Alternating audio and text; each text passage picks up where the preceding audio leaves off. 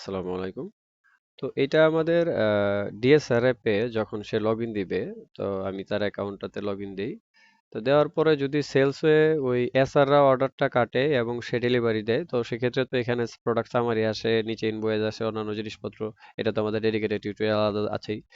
এখন যদি সে ম্যানুয়াল মালটা যেটা পাইছে, এটা কিন্তু এখানে তার এই যে ড্যাশবোর্ডের নিচে দেখেন, এই পেজে লাস্টেরটার আগেরটা, তো এখানে কিন্তু নিচে দেখাচ্ছে যে তার কোন আইটেমটা কেমন পরিমাণ আউটওয়ার্ড হয়েছে। তো অফিস থেকে যখন মালটা দেওয়া হবে, তা তার অ্যাপে লগ ইন দিয়ে সে এখানে দেখে নিতে পারবে যে তার অ্যাপ দেখে সে মাল মিলিয়ে নিবে।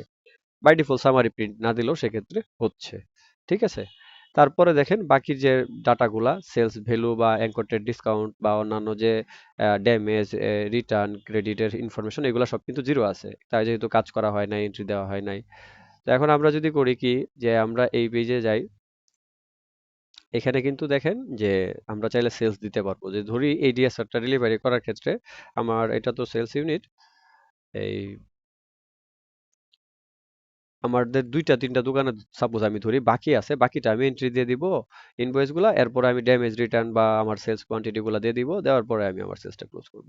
যে ধরি তরফদার স্টোরে আমাদের কিছু টাকা আজকে বাকি পড়ছে, সেলস দেখাই, আমি এখানে একটা ব্র্যান্ড নেই, যে তার হাতে যে কয়টা ব্র্যান্ড আছে এগুলা দেখাচ্ছে এখানে। তো আমি যদি এখানে তার সেলসটা দেই, বোতলে এই সেলসটা দেই, ধরি 5 বোতল এটা, তারপরে এটা নিচে 1 বোতল, এটা নিচে 2 বোতল, এরকম এড টু লিস্ট। এখন এটা আমি কিন্তু বাকির ইনফরমেশন দেওয়ার জন্য আমি এটা নিছি দোকানটা, আমি এখানে ডেলিভার্ড দিয়ে দিলাম।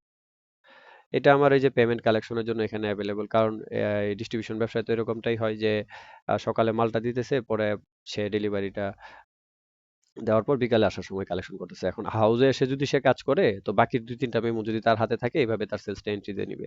তো দেওয়ার পরে এখানে আমি পেমেন্ট কালেকশনে গেলাম, যে ধরেন এখানে আমার এই কালেক্টেবল আছে কত, 5,100 টাকা। তো বাকি গিভেন আমি দিয়ে দিলাম যে আমার 2,000 টাকা বাকি রয়ে গেছে।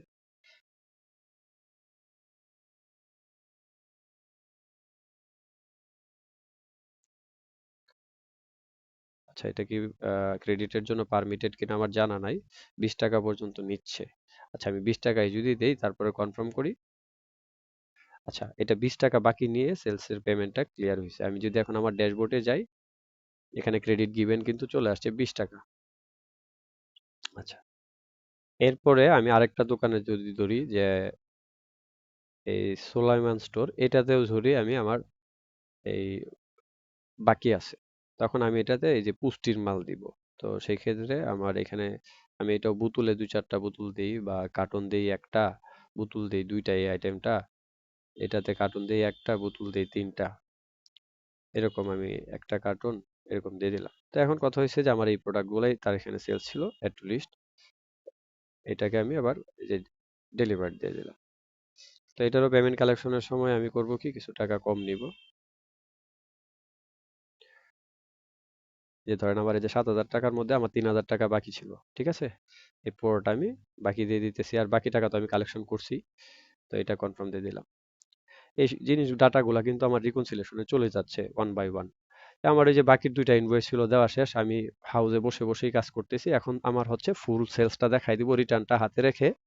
তো এটা আমি করব কি, ডিএসআর নামে, এই যে এই মাসুম তালুকদার নামে যে ডিএসআর অ্যাকাউন্ট, কারণ এটা হচ্ছে কি, যেহেতু ক্যাশ সেলস দেখাবো, বাকির ইনফরমেশন দেখানো শেষ। এখন আমি হলো ড্যামেজ আর হচ্ছে এই পুরো সেলসটা আর বাউন্সটা অ্যাডজাস্ট করে ফেলতে পারলে আমার আজকের দিনের কাজটা কিন্তু শর্টলি সেরে ফেলা যায়। তো এখানে আমি ধরি এমজিআই। তো এই মালটা দেখেন আমার এই SP10-এ 91টা হাতে আছে দেখাচ্ছে। এখন ধরেন সে এখানে রিটার্ন নিয়ে আসছে 32টা,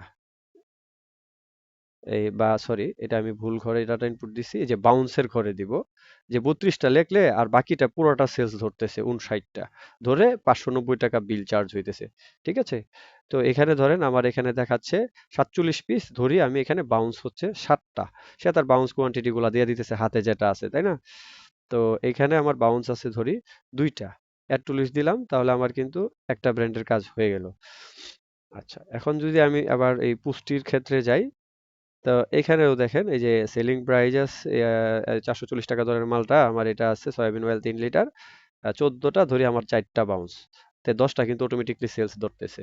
তো এখানে আমার 33টার মধ্যে ধরি 3টা, তো বাকিটা পুরোটা সেলস ধরে নিতেছি। আমি এখন আমার পুরা মালের হিসাব ক্লোজ করে ফেলবো আর কি।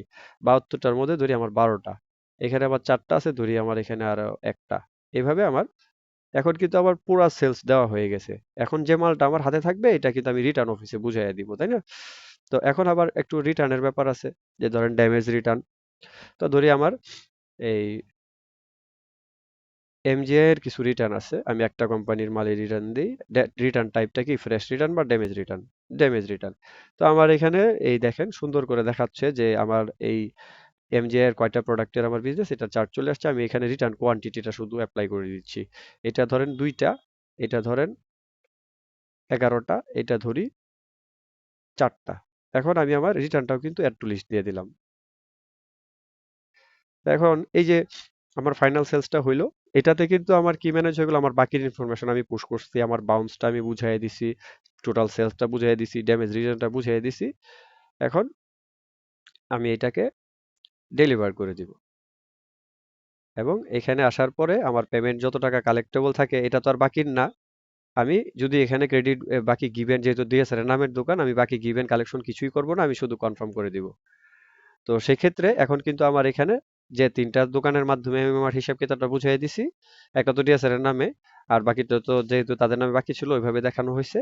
তো মোটামুটি আমি আমার ড্যাশবোর্ড যদি দেখি, এখন দেখেন যে আমার টোটাল আউটওয়ার্ড হয়েছিল 27,992 টাকা, সেলস বাউন্স হয়েছে 4267 টাকা, সেলস ভ্যালু হয়েছে 23,725 টাকা, এবং আমার এখানে সেলস কালেক্টেবল এত টাকা, ক্রেডিট গিভেন আজকে 3020 টাকা, ড্যামেজ রিটার্ন হচ্ছে 228 টাকা। তো এইভাবে আমার কি কি রিটার্ন, এখন ক্যাশ অন হ্যান্ড আছে 20,447 টাকা।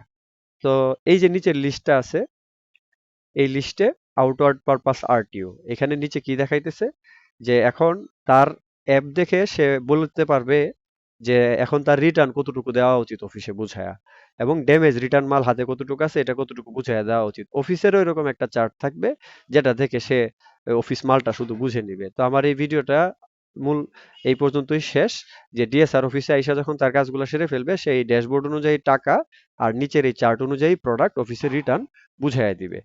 তো আমি আবার আমাদের সফটওয়্যারে যাব, তো গিয়ে আমি আবার এটার ইফেক্টটা সফটওয়্যারে কি পড়ছে ওইটা ডেডিকেটেডলি দেখাই দিতেছি। আসসালামু আলাইকুম।